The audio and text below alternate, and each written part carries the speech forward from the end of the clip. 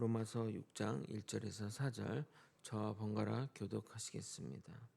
그런즉 우리가 무슨 말을 하리요? 은혜를 더하게 하려고 죄에 거하겠느냐? 그럴 수 없느니라. 죄에 대하여 죽은 우리가 어찌 그 가운데 더 살리요? 무릇 그리스도 예수와 합하여 세례를 받은 우리는 그의 죽으심과 합하여 세례를 받은 줄을 알지 못하느냐?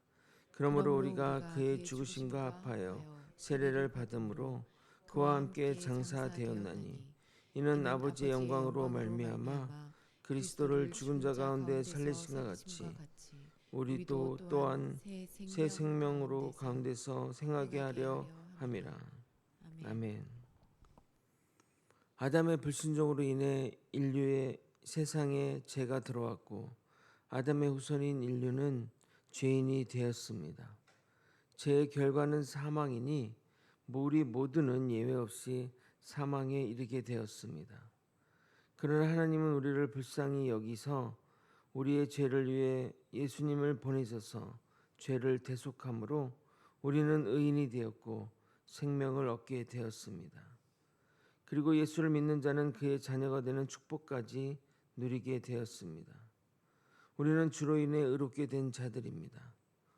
로마서 1장부터 8장까지는 이 신득의 큰 주제 안에 이 신득의 은혜가 왜 인간에게 필요하며 이 은혜가 어떻게 주어지며 그 결과 어떤 효과가 있는지를 설명하고 있습니다.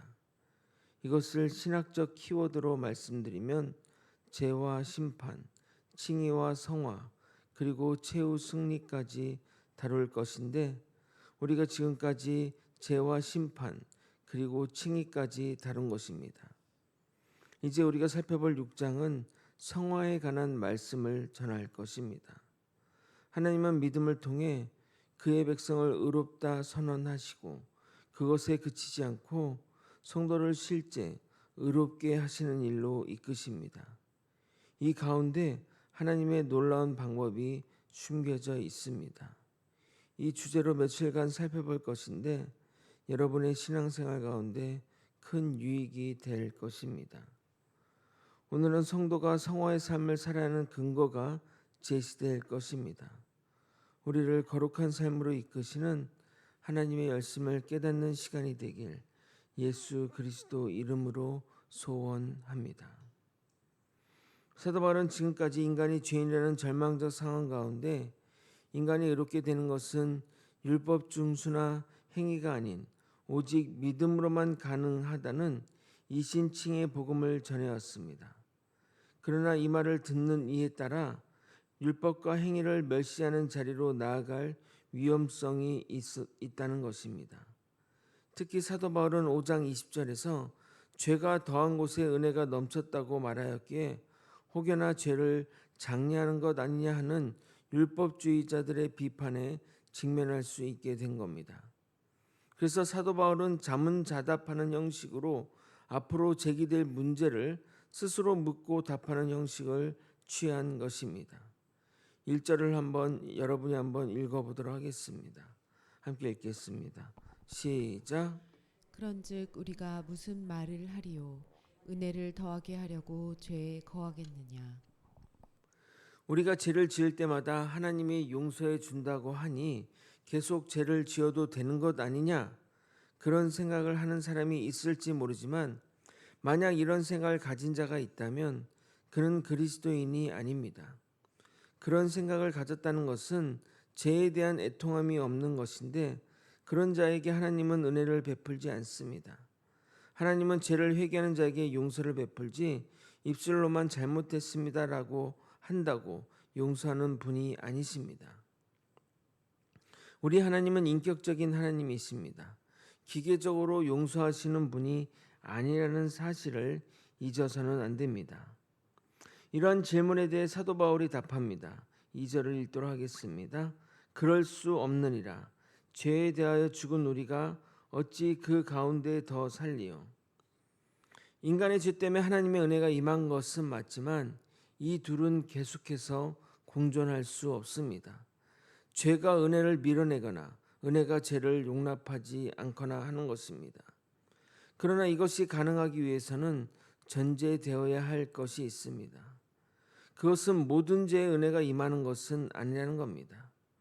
만약 어떤 이가 누군가를 취미로 괴롭히거나 힘들게 하는데 그때도 하나님의 은혜가 임한다면 하나님을 공의의 하나님이라 할 수 있겠습니까? 여기서 죄의 하나님의 은혜가 임한다는 것은 죄에 대해 애통해야 하는 자 또는 자신의 죄를 철저히 회개하는 자에게 하나님의 은혜가 임한다는 겁니다. 그런 자에게 임한 하나님의 은혜는 그를 용서하는 것에 그치지 않고 죄와 상관없는 새 삶으로 이끌게 됩니다. 그것이 바로 이렇게 표현되는 겁니다. 죄에 대하여 죽은 우리가 어찌 그 가운데 더 살리요.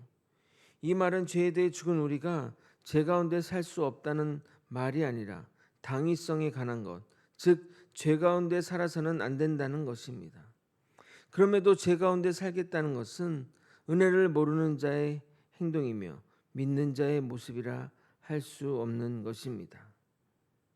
성경은 계속해서 거듭난 우리에게 죄에 거하던 옛사람이 죽고 새로 태어났다고 말합니다.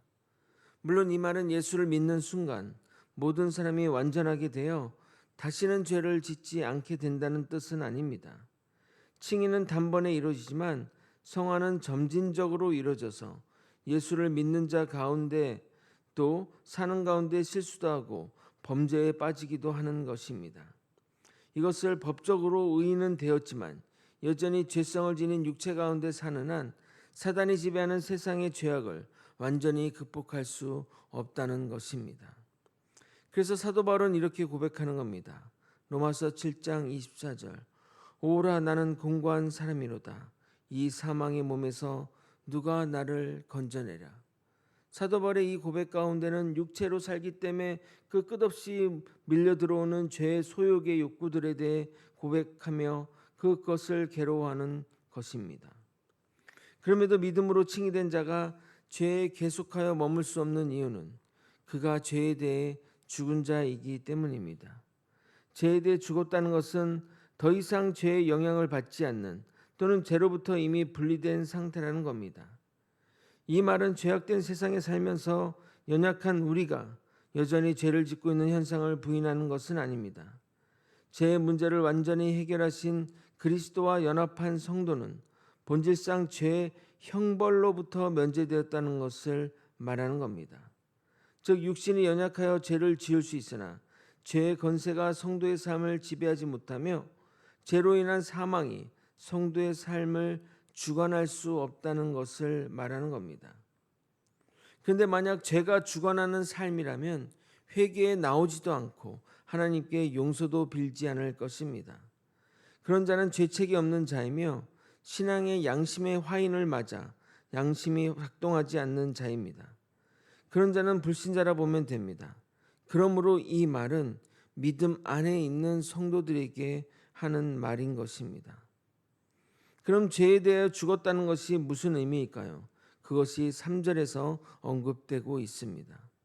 무릇 그리스도 예수와 합하여 세례를 받은 우리는 그의 죽으심과 합하여 세례를 받은 줄을 알지 못하느냐. 사도 바울은 죄에 대해 죽은 것을 세례라는 용어를 사용하여 설명하는데 세례 자체가 죄로 물든 성도의 죽음과 새 생명의 삶을 상징하므로 아주 적절한 용어의 선택이라 하겠습니다. 세례는 죄 씻음과 연합을 함께 설명할 수 있는 거의 유일한 단어입니다. 그러므로 예수와 연합하여 세례를 받은 우리는 죄를 씻고 예수 그리스도와 연합하여 새로운 삶으로 나아가는 겁니다. 조금 어려운 내용을 다룰 것이니 잘 들어주시기 바랍니다. 우리가 예수와 연합한다는 것은 먼저 그리스도와의 죽음과 연합하는 것을 의미하는 겁니다. 그래서 우리는 실제 죽지는 않았는데 그리스도와 연합하여 자신의 죽음을 경험하는 것이고 그로 인해 죄 없으신 그리스도의 대속의 죽음이 우리의 죄값을 완전히 치름으로써 더 이상 우리와 죄 사이에는 아무런 관계가 없어지는 겁니다. 이해를 돕게 예를 들어 보겠습니다. 우리가 음료수를 뽑으려면 돈을 넣고 원하는 음료의 버튼을 누르면 음료수가 나옵니다. 이것은 자판기 밖에서 일어나는 일입니다. 그러나 자판기 안에서는 누른 버튼의 전자신호를 분석하여 냉장고 안에 있던 음료수를 골라 로봇팔이 그 음료를 밖으로 내보내는 작동이 이루어지게 되는 겁니다. 이와 같이 우리가 믿음으로 죄에서 구원받는 것이 외부적인 작동이라면 내부적으로는 우리가 그리스도와 연합함으로 그의 대속이 우리의 죄를 갚아버림으로 우리가 구원받는 것입니다. 그래서 신학적으로 표현하자면 우리는 예수를 믿음으로 구원에 이르고 하나님은 우리를 예수와 우리를 연합함으로써 예수의 죽음으로 우리의 죄를 갚음으로 구원에 이르게 하는 것입니다. 그러므로 예수를 믿음으로 세례를 받은 우리는 그의 죽으심과 연합함으로 죄의 용서를 받게 되는 겁니다. 우리가 용서받는 그 원리를 이렇게 설명하고 있는 겁니다. 이어지는 4절은 그리스도의 죽으심과 함께 세례받은 결과가 무엇인지를 구체적으로 나타내고 있습니다.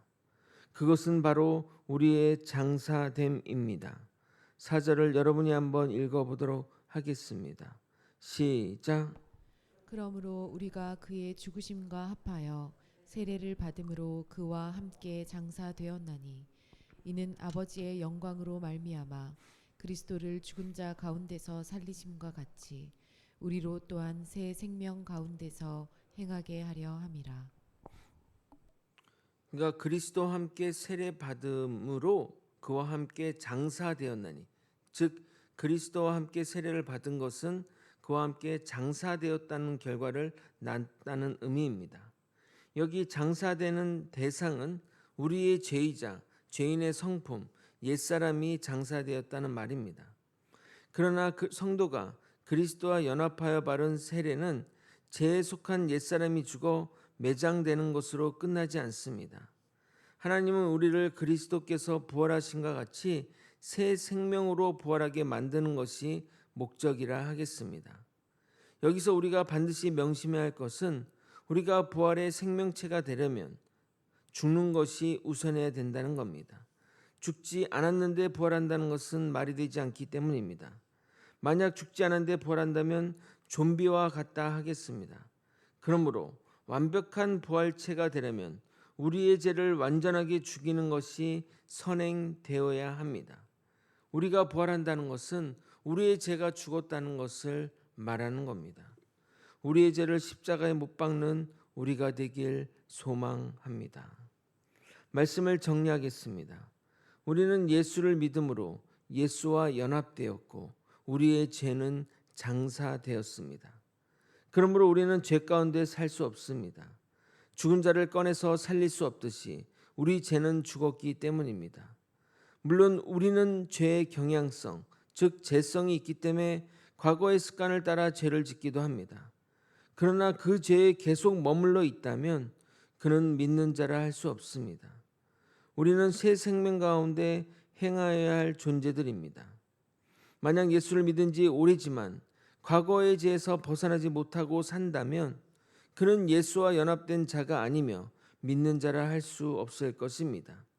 당연히 그런 자는 구원도 없는 것입니다. 우리 스스로 삶을 점검하고 우리 신앙 양심의 소리에 귀 기울이며 주의 선한 길로 나아가는 저와 여러분이 되시길 예수 그리스도 이름으로 축원드립니다. 아멘. 기도하시겠습니다. 하나님 아버지, 우리는 예수 그리스도와 연합된 자들입니다. 그렇기 때문에 우리의 죄는 장사되었고 우리는 새 생명으로 나아가야 할 것입니다. 이것은 하나님의 선언적 선포이자 우리의 삶의 방향성을 가리키는 말이기도 한 것입니다. 이제 죄된 삶을 벗어버리고 예수 그리스도를 닮은 삶으로, 그래서 새 생명의 삶으로 죄와 아버지 사망을 이겨낸 삶으로 나아갈 수 있도록 이끌어 주시옵소서. 아버지, 우리의 신앙의 양심의 소리에 귀 기울이며 우리 마음의 중심을 따라 주님께 나아가는 우리 모두가 될 수 있도록 역사하여 주시옵소서. 이 모든 것 우리 주 되신 예수 그리스도 이름으로 기도드리옵나이다. 아멘. 다 함께 주기도